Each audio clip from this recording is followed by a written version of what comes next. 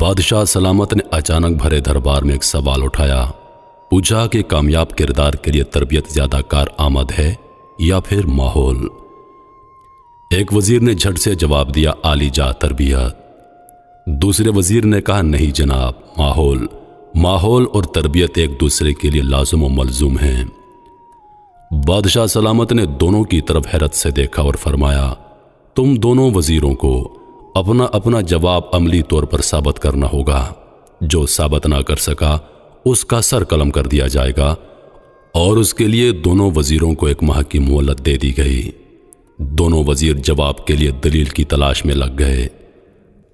ایک وزیر سوچ سوچ کے تھک چکا تھا، مگر دلیل دینے کے لیے کچھ سمجھ میں نہیں آ رہا تھا۔ پہلے وزیر نے ایک دن اچانک بھرے دربار میں موت کے پروانے پر دستخط کرتے ہوئے دربار میں اپنے جواب کو عملی طور پر ثابت کرنے کی اجازت چاہی۔ اجازت ملنے پر اس نے دربار میں بادشاہ اور درباریوں کو اچھے کردار میں تربیت کا عمل دخل ہے، اس بات کا عملی ثبوت پیش کرنے کی اجازت طلب کی۔ اجازت ملنے پر اس نے زور سے تالی بجائی۔ تالی بجتے ہی ایک ایسا منظر سامنے آیا کہ بادشاہ سمیت تمام اہل دربار کے منہ کھلے کے کھلے رہ گئے۔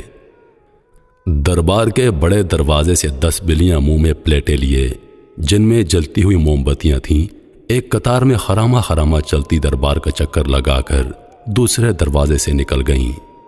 نہ پلیٹیں گریں اور نہ موم بتیاں۔ تمام دربار تربیت کا ایسا لاجواب مظاہرہ دیکھ کر تعریف و توصیف کے نعروں سے گونج اٹھا۔ وزیر نے بادشاہ کی طرف دیکھا اور بولا، حضور، یہ سب تربیت ہی ہے جس نے جانور تک کو اس درجہ نظم و ضبط کا عادی بنا دیا۔ بادشاہ سلامت نے دلائل کے لیے دوسرے وزیر کی جانب دیکھا۔ چونکہ مہلت ختم ہونے میں ابھی کچھ دن باقی تھے، اس لیے وزیر بادشاہ سے وقت لے کر بوجھل قدموں کے ساتھ دربار سے باہر نکل آیا۔ ایک درویش کی خدمت میں اپنا معاملہ پیش کیا۔ درویش نے بڑی توجہ سے اس کی بات سنی اور بولا، بادشاہ کے دربار میں دوبارہ جاؤ اور اس سے کہو کہ میں اپنی مہلت کے آخری دن بھرے دربار میں کردار سازی میں ماحول کی برتری ثابت کروں گا۔ درویش کے ذہن میں نہ جانے کیا تھا، وزیر کی سمجھ میں کچھ نہ آیا، لیکن درویش نے کہا کہ میں تمہاری دلیل لے کر دربار میں خود آؤں گا۔ وزیر نے پریشانی کے عالم میں بادشاہ تک یہ پیغام پہنچا دیا۔ آخر وزیر کی مہلت کا آخری دن آن پہنچا۔ دربار کھچا کھچ بھرا ہوا تھا۔ وزیر کا دل زور زور سے دھڑک رہا تھا۔ سب لوگ وزیر کے ثبوت کے لیے منتظر تھے اور وزیر درویش کا منتظر۔ اچانک وہ درویش سامان کا ایک تھیلا اٹھائے دربار میں داخل ہوا۔ اس نے بادشاہ کی طرف دیکھا اور بولا، وقت کم ہے، مجھے واپس بھی جانا ہے۔ اپنے وزیر سے کہو کہ کردار سازی میں تربیت کی افادیت کا ثبوت دوبارہ پیش کرے۔ بادشاہ کے حکم سے وزیر نے دوبارہ وہی منظر پیش کیا۔ دربار کے دروازے سے 10 بلیاں اسی کیفیت میں چلتی ہوئیں سامنے والے دروازے کی طرف بڑھنے لگیں۔ سارا مجمع سانس روکے یہ منظر دیکھ رہا تھا۔ وزیر نے امید بھری نگاہوں سے درویش کی طرف دیکھا۔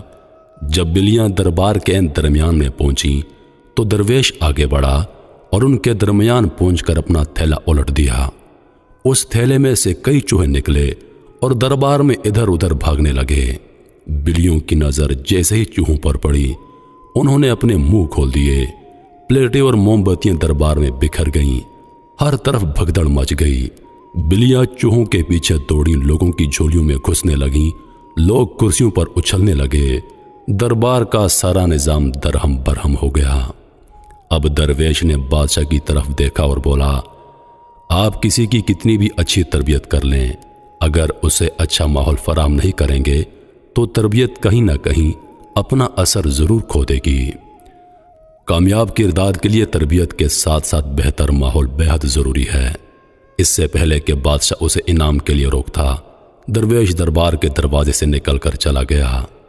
محترم عزیز دوستو، ہمارے معاشرے میں نئی نسل کی تربیت میں بگاڑ کی ساری ذمہ داری استاد اور نظام تعلیم پر ڈال دی جاتی ہے۔